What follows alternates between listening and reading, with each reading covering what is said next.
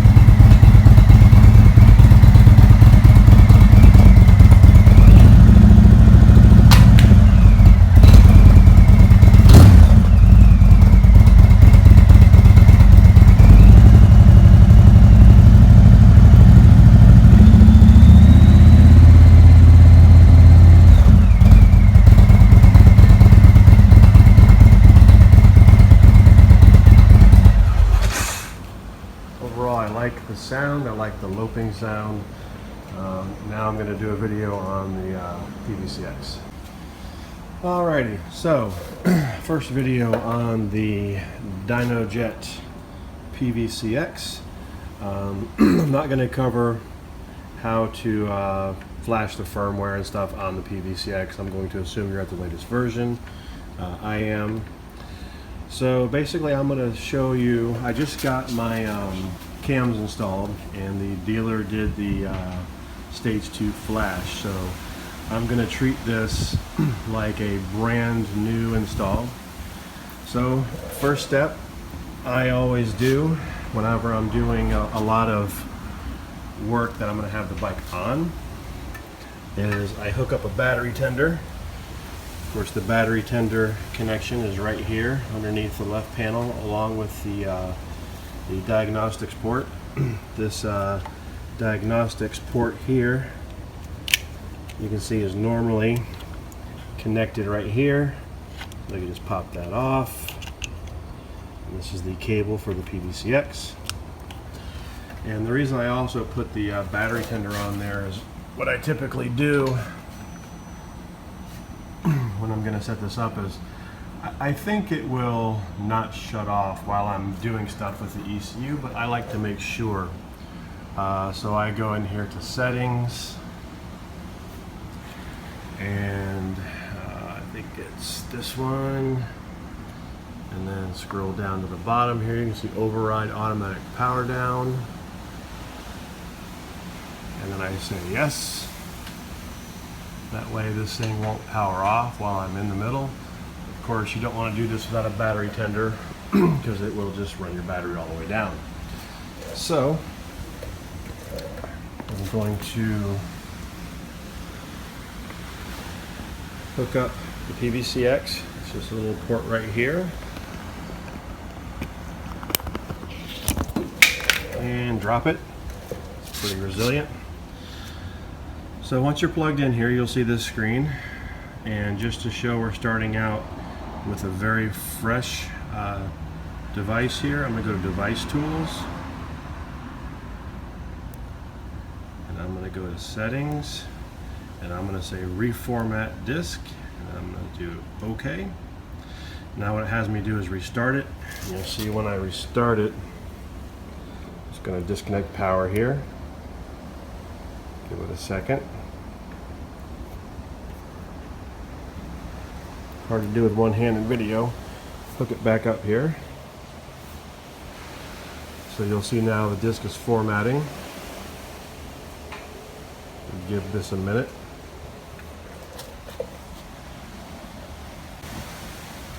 So it's done formatting, reboots itself. Now I've got absolutely nothing on the device. It's a blank device.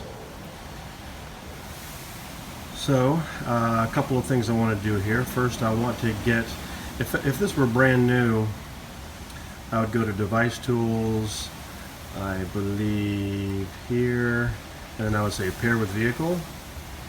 You can see it's already paired. You can only do that once, so that's where you would do that.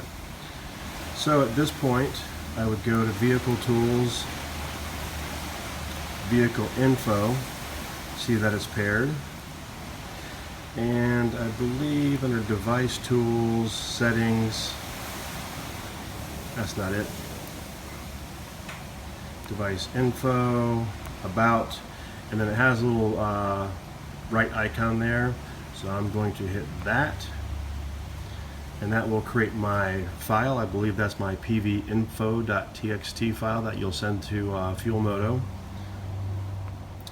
So the first thing I want to do here is read the ECM currently there. So in other words, I want to read, essentially make a backup of the ECU as is from the dealer. Hopefully that wind's not too loud. So that's going to take a little while. I'm going to set it right here on my passenger floor peg, and you'll see this go on and on. It does take about 15 minutes. So I'm going to stop recording here and let that go through its thing. Been about 10-15 minutes. So I came to check. It's still running. Just make sure the numbers are still going up there. Still working. The lights are flashing. I'll come back in a little bit, check on it again. Okay, when it's all done, you should have a screen like this. It says read ECM complete. Read and save successfully. Press OK to return. So we're back here. So now on this device that I recently formatted, I should have a pvinfo.txt. I should also have an STK file that matches, that is the programming from the dealer. That way I can have that if I ever need it. So going to disconnect here and take this into the computer and hook it up. Alrighty, so I am here on my Mac. Again, this will be strictly for Mac, but the process won't be too much different for PC. I am going to launch Finder. And again, forget all this stuff here. I am going to plug in my PVCX to my USB cable. I'll make a video of this piece and insert it here. So you can see now I've got my PowerVision mounted here. That's what this is here. I've got my STK file, which is what I read. You'll notice it's about 1 megabyte in size. It's weird that the date on there is December 31st, 2015, whatever. And the PV info. So if I double click this, what I'm looking for here is to see this information paired. It's got my vehicle info, it's got the model number, and this is the value here. Let me make this a little larger. This is the value here that they need for the tune compat. Same as this number here. And of course, you should expect all this down here. So I will take this file, trying to close this, take this file. That's strange, I don't know why it created that. Okay, went away. So first of all, I like to make a backup copy. I've got a folder here called PVCX, and you'll notice that I've got a backup from before I did anything today, and I've got a new folder. I'd already done this once. This is a repeat just to make sure everything worked. But so I made a backup copy of my STK and my PV info text. I am going to email this off to Brian or Jamie at FuelMoto. Get a STK file back for my stage 2. Not an STK, DJT. All right, so I emailed that off. I had actually done this earlier, so I can make this smoother and faster. But Brian at FuelMoto, you'll notice the email address is actually just info@fuelmotousa.com. I sent over basically my info. I got my cams installed, dealer tune, yada, yada, yada. Here's my PV info.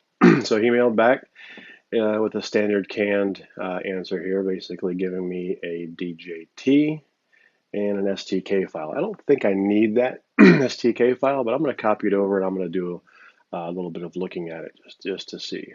So I am going to make a copy of this in my folder locally, and I'm also going to put a copy of it on the Dynojet PowerVision CX. Copy it over here. Actually, I want both of those files.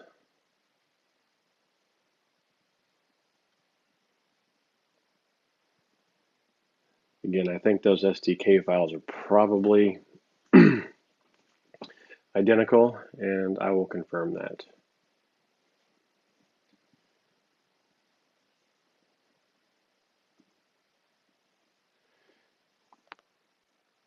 And I've noticed that the USB interface to the PVCX isn't the fastest. Even a megabyte file can take a second to copy. I'm not sure why I'm spinning here. But you'll see there we go, it's now completed. I'm going to copy over the DJT. I'm also going to put a copy in here, just so I have all these files in case I have to reformat my PowerVision.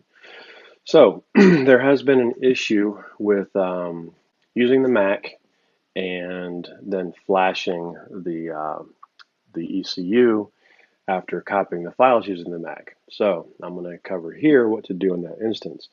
I'm going to launch Terminal. Bring up Spotlight, type in Terminal, launch Terminal however you want. You might have it in your system tray or your icons down here. So we can see here, I'm in my Chad Florian directory. I'm going to, we don't have to go to root or do any kind of sudo stuff here. This is all just plain files. So there's not much you can do to damage your system other than if I did an rm minus rf star here, I could probably delete all my files. So I want to take a look at these files, and it's faster to work on my local copy. So I'm going to go into users, Chad Florian. I'm going to go into my folder here. So I'm already in the Chad Florian directory. Again, if you're not familiar with Terminal, don't worry about some of these commands that I type. I'll tell you the ones that are important. So I'm going to cd into PVCX. CD is just change directory. LL is a long listing. I'm looking at now, I want to CD to my new directory here. I'm just curious if those two STK files are identical. So I am going to do a Checksum. The checksum gives you a binary checksum of the file. I want to compare these two at a binary level.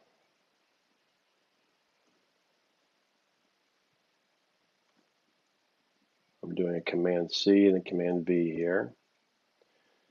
And I want to do this file. Command C, copy, Command V, paste. Looks like they are different. The checksums, the sizes are, looks like identical, but the checksums are different. So this may be one of those situations where, you know, the firmware version or whatever wasn't identical, but I'm going to put both these files on there. I think the tune file, the DJT file, is kind of married to the STK file, the stock file.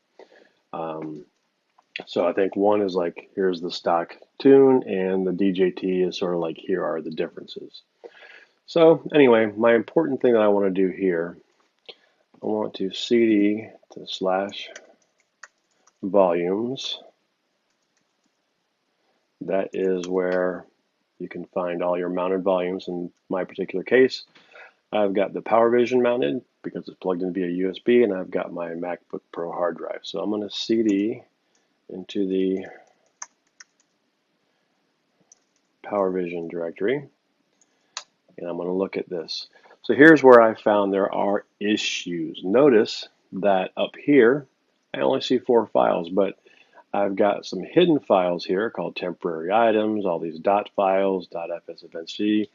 So what I am going to do is I am going to get rid of those before I unplug it and take it out to my bike. I have noticed that you get checksum, all kinds of weird errors when I have these hidden directories and files on there. That's weird. Okay, let's try deleting them individually.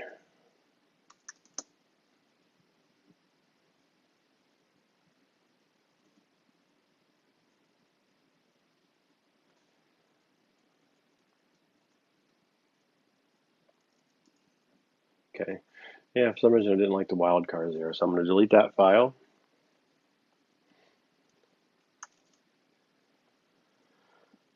I'm going to delete this directory. Command C, Command V. Oops. Forgot my RF. That directory is gone. I'm going to do rm dot underscore star. See if that gets rid of those files. There we go. So the dot underscore, I think it maybe just didn't like the dot star. A little too generic. So again, to review, I do an RM on FS Events D. I do an RM minus RF on temporary items. And I do an RM dot underscore star. That gets rid of those files. Now we can see nothing there. I'm going to CD up one directory to get out of that mount. And then I'm going to click over here and unmount my PVCX from the Mac. So now on the PVCX, I should have strictly those 4 files, no hidden files that would cause problems. So now that that's unmounted, I'm going to unplug it and go out to the bike. Bike now, I've got system connected. It's still on from before. I haven't done any program, I've only done reading, so I don't need to restart it. So bike's been on the whole time and on the battery tender. So now I want to program the ECU with the DJT file from Fuel Moto for my stage 2. So just touch a button here. I am going to do flash tune. And you'll notice now I have my STK files. That was, if I wanted to later on put the stock tune back on the bike, I could use that file that's highlighted right there. That's the one that I read directly from my ECU. This file is the file from Dynojet. Again, they're a little bit different. I'm not sure why.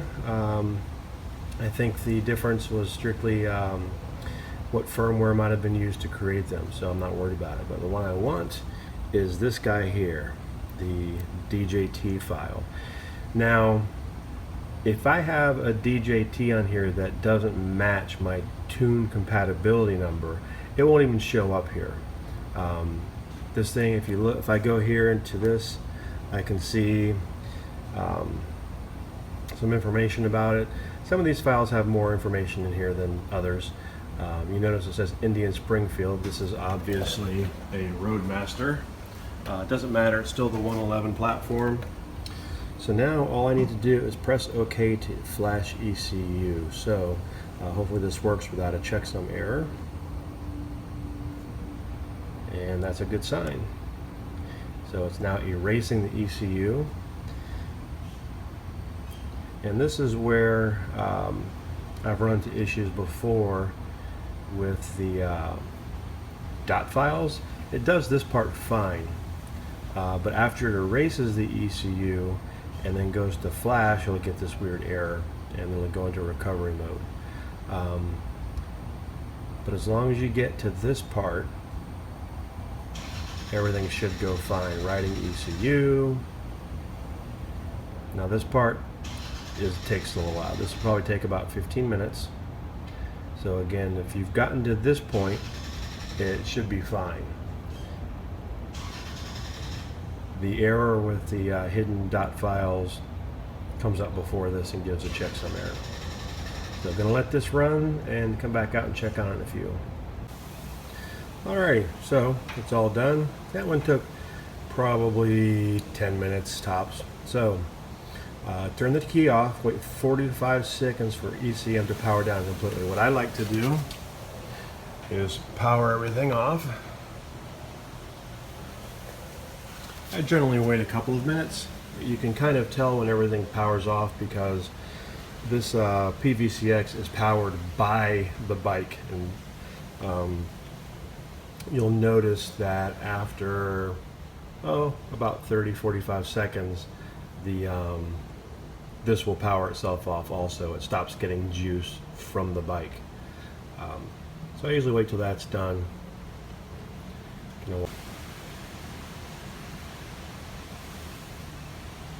There we can see it powered off. I'm going to give it another 30 seconds or so. Alright, so it's been a couple minutes. I'm going to go ahead and disconnect the PVCX. Reconnect this up here. Again, this is being hopeful that everything is going to work. I'm going to go ahead and disconnect my battery tender. Some one-handed operations here.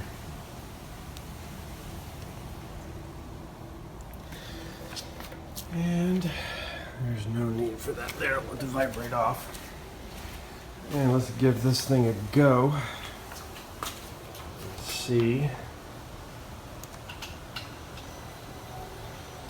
Everything's powering on fine. Don't have any weird check engine lights or anything. The normal ABS light that doesn't go off for a little bit. And let's give it a shot here. Now, I hope this kill switch didn't bother the operation at all. It was off the whole time, so let's see.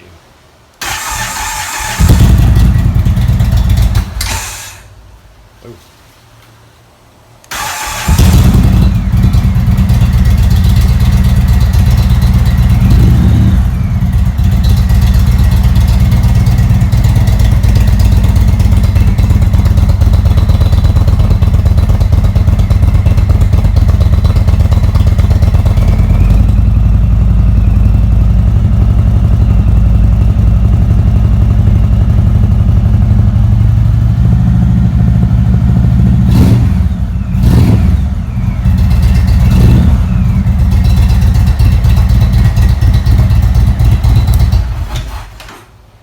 I can tell already just by blipping the throttle there that the throttle response is already much better. So now all that's left is to take it out for a ride, but that's pretty much all there is to it, programming the ECU using the Dynojet PVCX.